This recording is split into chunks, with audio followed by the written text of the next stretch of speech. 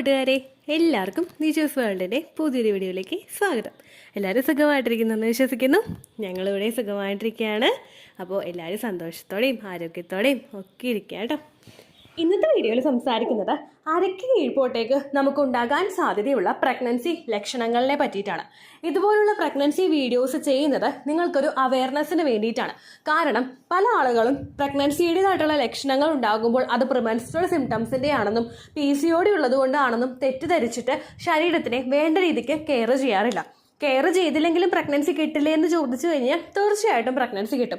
പക്ഷേ ഒരുപാട് നാളുകളായിട്ട് ഫെർട്ടിലിറ്റി ട്രീറ്റ്മെൻറ്റുകൾ എടുക്കുന്നവർക്ക് എൻഡോമെട്രിയൽ ലൈനിങ് പ്രോപ്പറായിട്ട് വളരാനായിട്ടൊരു സപ്പോർട്ടോട് കൂടിയിട്ട് മെഡിസിൻസ് ഒക്കെ എടുത്തിട്ട് വളർന്നവർക്കൊക്കെ ഈ ഒരു കാര്യത്തെ കൂടി നമ്മളൊന്ന് ശ്രദ്ധിക്കുന്നത് പ്രഗ്നൻസി പിടിച്ചു കിട്ടാൻ വേണ്ടിയിട്ട് ഒരുപാട് സഹായിക്കും.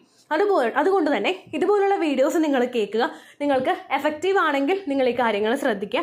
അതോടൊപ്പം ഓവറായിട്ട് ഇതിൽ ചിന്തിക്കാതെ, അതായത് ഈ ലക്ഷണമുണ്ടെങ്കിൽ പീരീഡ്സ് ആയിരിക്കും, ഈ ലക്ഷണമുണ്ടെങ്കിൽ പ്രഗ്നൻസി ആയിരിക്കും എന്ന് ഓവറായിട്ട് കോൺഷ്യസ് ആവാതെ ശരീരത്തിന് ഒരു കെയർ കൊടുക്കുക.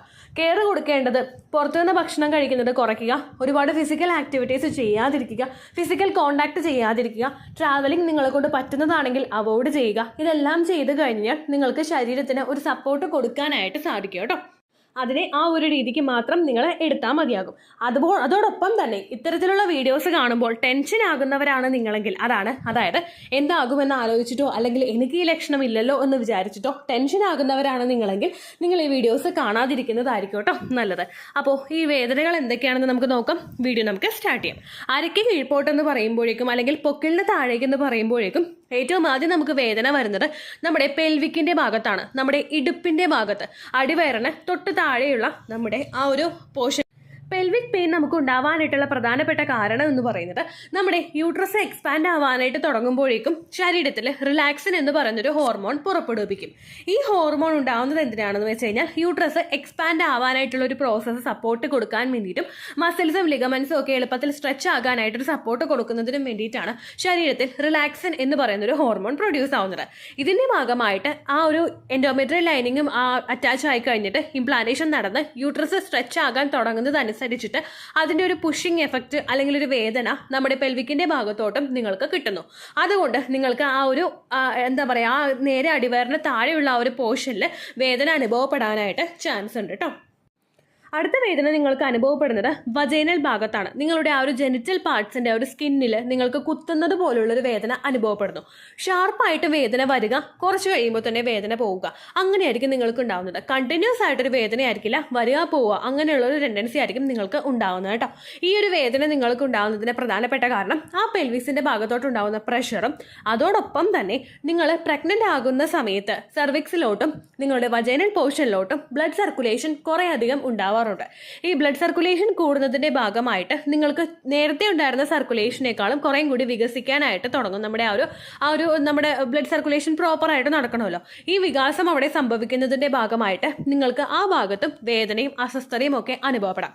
ഫസ്റ്റ് ട്രൈമസ്റ്ററിൽ നിങ്ങൾക്ക് ഈ ഒരു വേദന നല്ലതുപോലെ വിസിബിൾ ആയിരിക്കും. ദെൻ സെക്കൻഡ് ട്രൈമസ്റ്ററിന്റെ ഒരു മിഡിലിൽ കുഞ്ഞ് വളരുന്നതിനനുസരിച്ചിട്ട് ഈ ഒരു വേദനയുടെ വ്യാപ്തി നിങ്ങൾക്ക് വർദ്ധിക്കാനായിട്ട് ചാൻസ് ഉണ്ട്. കാരണം കുഞ്ഞ് പ്രഷർ കൊടുക്കുമ്പോഴും അതുപോലെ ലാസ്റ്റ് ട്രൈമസ്റ്ററിൽ കുഞ്ഞ് ആ നോർമൽ ഡെലിവറിക്ക് വേണ്ടി പ്രിപ്പയർ ആയി പൊസിഷൻ ഇങ്ങനെ മാറി മാറി വരുന്തോറും നിങ്ങൾക്ക് ഭയങ്കര ഷാർപ്പായിട്ടുള്ള വേദന വജൈനൽ പോർഷനിൽ ഫീൽ ചെയ്യാനായിട്ട് ചാൻസ് ഉണ്ട് കേട്ടോ.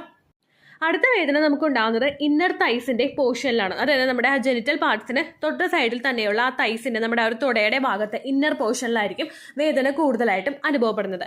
ഇതേപോലെ തന്നെ ബ്ലഡ് സർക്കുലേഷൻ കൂടുന്നതും ഓരോ ശരീരഭാഗങ്ങളിലോട്ട് ഒരു പ്രഷർ വരുന്നതിന്റെയും എഫക്റ്റ് നമുക്ക് അനുഭവപ്പെടുന്നത് ലോവർ അബ്ഡോമന്റെ പോർഷൻസിലും ലോവർ അബ്ഡോമന് താഴെയുള്ള പോർഷൻസിലും ആയിരിക്കും. അതായത് അടിവയറിന് താഴെയുള്ള പോർഷൻസിലും ആയിരിക്കും കേട്ടോ.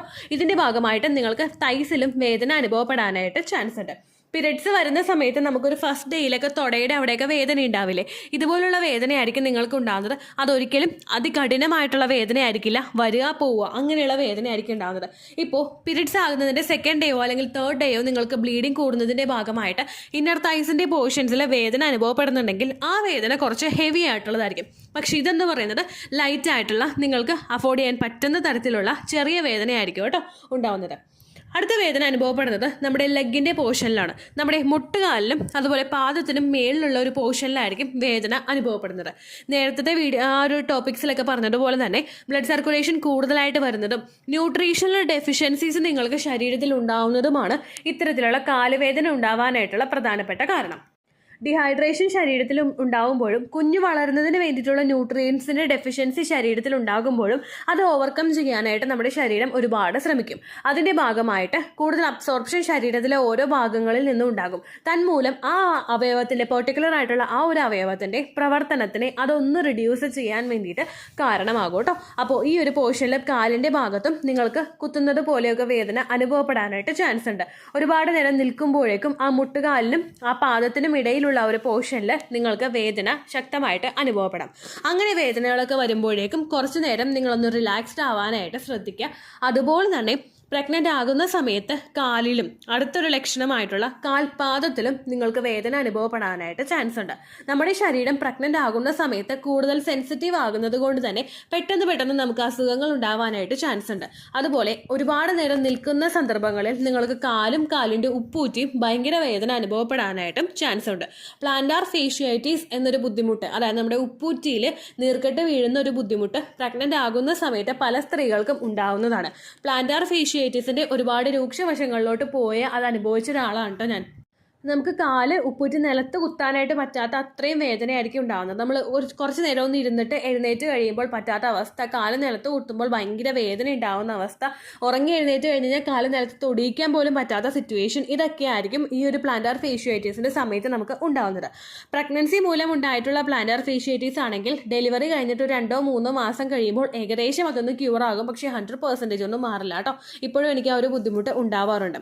അപ്പോൾ കാലിൻ്റെ ആ ഭാഗത്തും കാൽപാദത്തിൻ്റെ ആ ഒരു പോർഷനിലുമൊക്കെ നിങ്ങൾക്ക് വേദനയുണ്ടെങ്കിൽ വീട്ടിൽ നിങ്ങൾ ടൈൽസിൽ ചെരുപ്പിട്ടിട്ട് മാത്രം നിങ്ങൾ നടക്കാനായിട്ട് ശ്രദ്ധിക്കുക. ടൈൽസിൽ ഓൾറെഡി തണുപ്പാണ്. അതുപോലെ നമ്മൾ ചായം പൂശിയിട്ടുള്ള നിലത്താണെങ്കിലും ഓൾറെഡി തണുപ്പുള്ള നിലമാണ്. അപ്പോൾ നമ്മൾ ഒന്നും കൂടി ചവിട്ടുമ്പോഴേക്കും നിങ്ങൾക്ക് അസ്വസ്ഥത ഉണ്ടാവാനായിട്ട് ചാൻസ് ഉണ്ട്.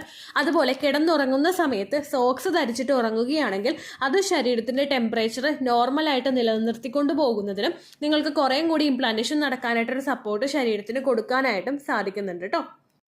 അപ്പോൾ ഇത്രയുമാണ് നമുക്ക് അടിവയറിന് കീഴ്പോട്ടേക്ക് ഉണ്ടാവാൻ സാധ്യതയുള്ള പ്രഗ്നൻസി ലക്ഷണങ്ങൾ. ഈ ലക്ഷണങ്ങളെക്കാളും വളരെയധികം ലക്ഷണങ്ങൾ ഉണ്ടാകുന്ന ഒരുപാട് പേരുണ്ട്. അതുപോലെ തന്നെ ഒരു ലക്ഷണവും ഇല്ലാതെ പ്രഗ്നൻസി പോസിറ്റീവ് ആകുന്നവരും ഉണ്ട് കേട്ടോ. അപ്പോൾ അതുകൊണ്ട് നിങ്ങൾ അതോർത്ത് വിഷമിക്കേണ്ട ആവശ്യമില്ല. പിന്നെ ഇത്തരത്തിലുള്ള വേദനയും അസ്വസ്ഥതയും ഒക്കെ നിങ്ങൾക്ക് ഉണ്ടാവുന്നുണ്ടെങ്കിൽ, പെൽവിക് ഭാഗത്താണ് നിങ്ങൾക്ക് അസ്വസ്ഥത ഉണ്ടാവുന്നതെങ്കിൽ കുറച്ചൊന്ന് സ്ട്രെച്ചിങ് ആയിട്ടുള്ള എക്സസൈസ് നിങ്ങൾ ചെയ്യാനായിട്ട് ശ്രദ്ധിക്കുക. ബട്ടർഫ്ലൈ എക്സസൈസ് അതല്ലെങ്കിൽ മാലാസന എന്ന് പറഞ്ഞൊരു യോഗ പോസോ നിങ്ങൾക്ക് ചെയ്യാവുന്നതാണ്.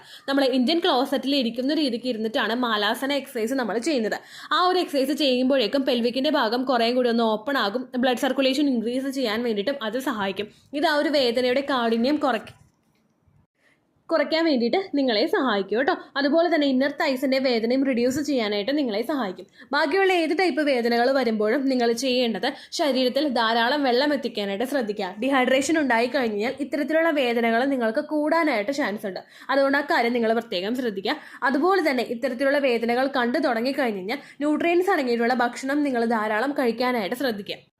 അയൺ, ഫോളിക് ആസിഡ്, കാൽസ്യം, ഈ കാര്യങ്ങൾ നിങ്ങൾ മസ്റ്റായിട്ട് എടുക്കേണ്ട പ്രിനേറ്റൽ വിറ്റമിൻസ് ആണ്. ഇത് നിങ്ങൾ കണ്ടിന്യൂസ് ആയിട്ട് എടുത്തിട്ടില്ല എങ്കിൽ, അല്ലെങ്കിൽ പ്രഗ്നൻ്റ് ആകുന്ന സമയത്ത് നിങ്ങളത് എടുക്കുന്നതിൽ മുടക്കം വരുത്തിയിട്ടുണ്ടെങ്കിൽ അത് കുഞ്ഞിൻ്റെ ഓരോ വളർച്ചയിലും നമുക്ക് തിരിച്ചറിയാനായിട്ട് സാധിക്കും. അതുപോലെ തന്നെ കാൽസ്യത്തിൻ്റെയൊക്കെ മെഡിസിൻ പ്രോപ്പറായിട്ട് നിങ്ങൾ എടുക്കുന്നില്ല എങ്കിൽ നിങ്ങൾക്ക് നടുവേദന, അല്ലെങ്കിൽ കാലുവേദന, കൈവേദന, കഴുത്ത് വേദനയൊക്കെ ഭയങ്കര ഹെവി ആയിട്ട് അനുഭവപ്പെടാനായിട്ടും ചാൻസ് ഉണ്ട് കേട്ടോ. അപ്പോൾ ഇത്രയും കാര്യങ്ങൾ നിങ്ങൾ ശ്രദ്ധിക്കാം. ഇത്രയേ ഉള്ളൂ വീഡിയോ. യൂസ്ഫുൾ ആയി കാണുമെന്ന് വിശ്വസിക്കുന്നു. യൂസ്ഫുൾ ആകുന്നുണ്ടെങ്കിൽ ലൈക്ക് ചെയ്യുക, ഫ്രണ്ട്സിനൊക്കെ ഷെയർ ചെയ്ത് കൊടുക്കുക കേട്ടോ. എന്തെങ്കിലും സംശയം ഉണ്ടെങ്കിൽ കമൻസിൽ ചോദിക്കുക. പണ്ടത്തെ വീഡിയോയ്ക്ക് കമൻസ് ഇടുന്നവർക്ക് റിപ്ലൈ കിട്ടുന്നില്ലെങ്കിൽ ലേറ്റസ്റ്റ് ആയിട്ട് ഞാൻ ഏത് വീഡിയോ ആണ് അപ്ലോഡ് ചെയ്യുന്നത് അതിന് താഴെ കമൻസ് ഒന്ന് കോപ്പി പേസ്റ്റ് ചെയ്യാനായിട്ട് ശ്രദ്ധിക്കുക കേട്ടോ. അതുപോലെ ഓവുലേഷൻ ഡേറ്റ് കാൽക്കുലേറ്റ് ചെയ്ത് തരാനായിട്ട് റിക്വസ്റ്റ് ചെയ്യുന്നവർ എപ്പോഴാണോ നിങ്ങളുടെ കൃത്യം സൈക്കിൾ ലെങ്ത് അത് മെൻഷൻ ചെയ്യാനായിട്ട് ശ്രദ്ധിക്കുക. സൈക്കിൾ ലെങ്ത് എന്നതുകൊണ്ട് ഉദ്ദേശിക്കുന്നത് എത്ര ദിവസം കൂടുമ്പോഴാണോ ഓരോ മാസവും നിങ്ങൾക്ക് പീരിയഡ്സ് ആകുന്നത്, അതാണ് സൈക്കിൾ ലെങ്ത് എന്നതുകൊണ്ട് ഉദ്ദേശിച്ചത് കേട്ടോ. അതല്ലാതെ പീരിയഡ്സ് എത്ര ദിവസം ഉണ്ടായി എന്നുള്ള നമ്പറോ, അല്ലെങ്കിൽ ഓരോ മാസവും ഏത് ദിവസമാണ് പീരിയഡ് വന്നത്, അതല്ല കേട്ടോ ഉദ്ദേശിച്ചത്. ഓക്കെ, അപ്പോൾ ഇത്രയേ ഉള്ളൂ വീഡിയോ. അടുത്തൊരു യൂസ്ഫുൾ വീഡിയോ ആയിട്ട് നമുക്ക് വീണ്ടും കാണാം. ബൈ.